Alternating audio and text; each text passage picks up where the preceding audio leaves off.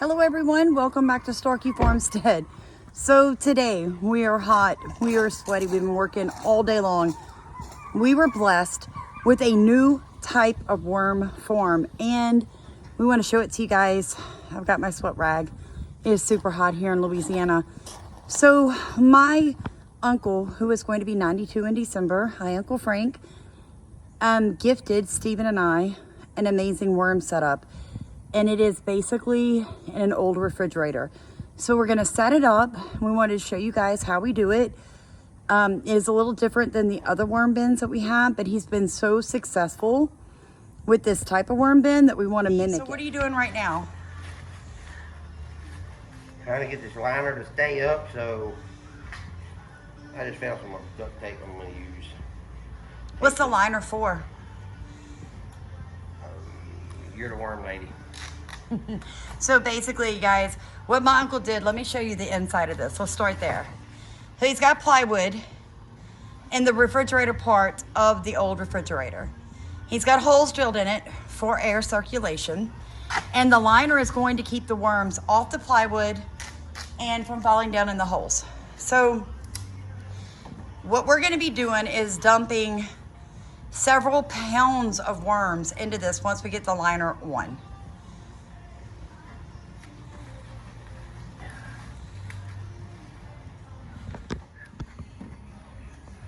All right. Now, what Steve's gonna do, he's gonna go this way with it, right? I know you want the sweat rag. It's hot, guys. We've been having excessive heat warnings here in Louisiana for a month. It just doesn't feel like it's ever gonna stop. I mean, I know winter's coming, right? We all know that, but still, when you're dealing with 115-degree weather every single day, day after day, it wears you down. So we went back and forth with this black cloth right here, guys. It's basically a garden cloth. It's a little porous, but you can't really see the holes. So that works. What you're seeing here is a little bit of cardboard just blocking off where we went backwards and forwards so the worms can't work their way into those creases. So the cardboard's there to protect the worms, obviously, but you know, they're small livestock, so it's all about the comfort of the worms. 100 pounds, guys. It's full of worms and some castings, but it's mainly worms. So if you're looking at 1,000 worms is a pound, and we're looking at 100 pounds, well, you do the math. So when I tell you guys that this was a blessing beyond belief, it truly is gonna make such a difference on our small farmstead to see our family rowing with us and blessing us like this. And he knew that we would care for them. He knew we would. And I always tell everybody, and I cannot stress it to you enough, this is a living being. Do the best you can for them. God tells you to steward everything that's in your hands. What you're saying we should do is shake it out of the original liner. Take this liner out. Yeah, definitely, I agree. Shake that liner into the new bedding that we just created. So you guys are here for us literally problem solving, moving all these worms. He's got beautiful worms too. I could learn a few things from this gentleman.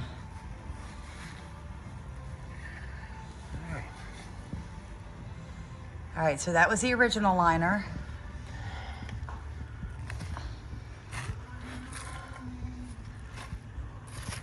Wow, look at the worms in that. And I'm gonna show you guys what he fed them, so don't get bored through the steps we're taking and not watch, because you're definitely going to see how he feeds them.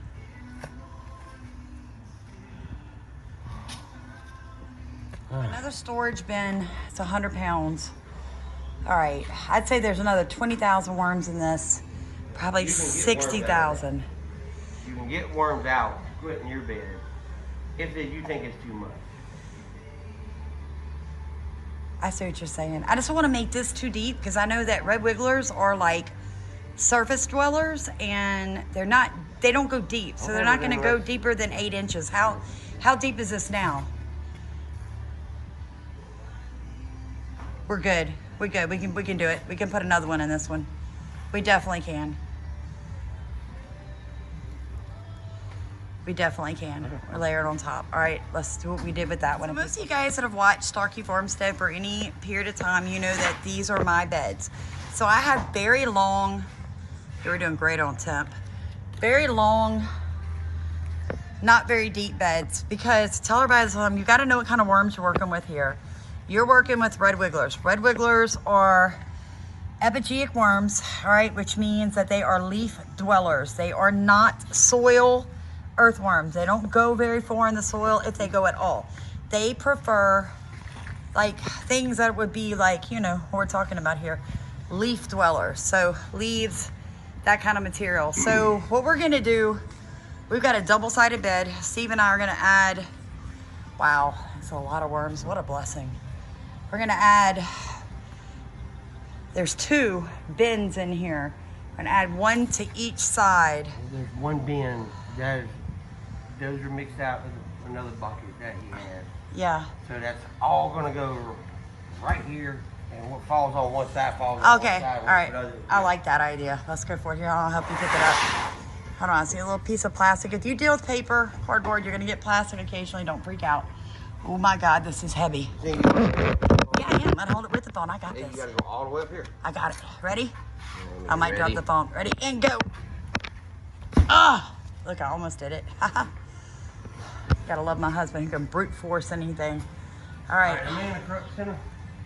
You are a little bit this way? It ain't gonna matter, a little bit. You asked if you was in the center? Am I close to the center? You're in the center. Go for it. Wait till you guys see how many worms are in here. That's how you do that. And let me tell you guys, if you think you're gonna worm farm and never get a cockroach or a mouse or a rat or any other type of pest, you aren't being realistic. You're not being realistic. Anytime you have items that are decomposing or food products, oh, look at the worms. Oh, what a blessing. Oh, I'm gonna cry. Hey, look at them. They're beautiful. This is what we do. This is what it's all about right here. I tell you guys all the time, start with what you have. Just start it. You've got to start. Even if you start in a little bitty storage bin in your kitchen, start, and you just be faithful. Faithful with the little. God will see that. He'll bless you. Stephen and I were pleasantly surprised. It was such a blessing to have somebody that was so very dedicated to his worms call us and say, hey, I'm 92. I'm a little tired. It's hot this year. You guys come get it. You take it. You run with it. And that's what we're going to do. We're going to be faithful with the blessing. Because it took a human to bless us, but it came from God. All right, get off the paper first. Yeah, because I'll just layer that back on top. All right.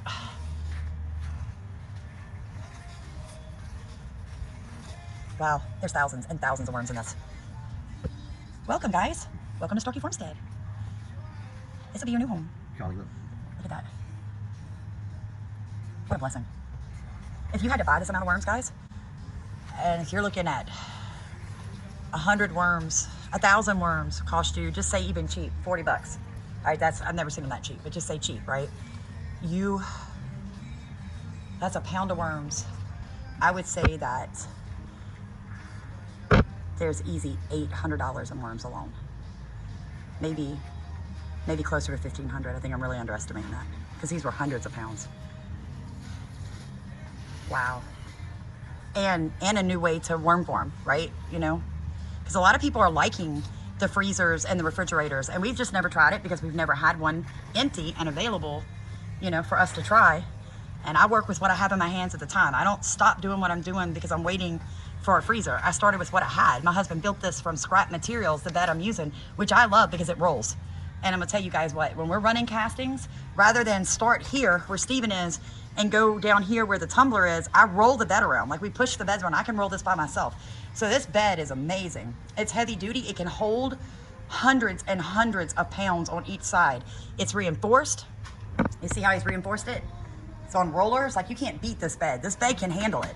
So be careful if you're building your beds up off the ground that they're gonna be able to hold the weight, because castings are not light.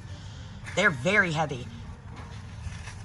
So that's what I'm saying. And now, you know, God's growing us, because now we have a new type of worm bin at Starkey Farmstead to learn with and to use and to educate ourselves on. You don't have to get bored doing the same old every single day. Like, just start. If you don't start, you'll never finish. And I've got a cardboard box over there, Steve, that I can start breaking down and opening up. I don't think you need to right now. You just want to leave part of it open? Huh? Okay, so, no, what I'm saying is only half of this is covered. You haven't finished, that's Oh, I right. haven't finished. I'm trying to spread it out. Okay. Did you spread that side out? Yeah, it's all spread on this side. I can start spreading this newspaper though. I use 1 layer of cardboard or 1 layer of newspaper, guys, and then I keep mine covered with a plastic tarp and then like a sunblock, like a, what would you call that, Steve? Shade cloth. Shade cloth, right, to keep it good and dark. So that's how you do that. And you can kind of tell when your beds are too dry because your paper will be really dry. And most of this paper is good and moist, so he was keeping his beds at optimal moisture. I always tell everybody, the paper on top is an indicator to me. If it dries out, then my beds are too dry. Because it's like a wick. Your paper's gonna act like a wick. It's gonna suck the moisture from below it. So if that paper dries out on top, the castings underneath are too dry, it's not optimal for your worms. What do you think about this, Steve? It's pretty awesome, isn't it? I know, and we're tired. It's late, let's finish up. This is it. We're done. All right. Covered. Thank you, Uncle Frank. We love you. This was an abundantly more than we could ask for. It's a blessing in disguise. That's right. All right. Thank you, Uncle Frank. God bless you guys. Please Y'all like, take it comment, easy. and subscribe for more of what we're doing here at Starkey Farmstead. We're always changing, always growing, always pushing. God bless you guys. Guys, almost forgot to show y'all. So my Uncle Frank actually ground up his own corn. He used alfalfa. He used like a wheat. I have to call him and ask him what the rest of this is. But basically he blessed us with several weeks worth of food for them.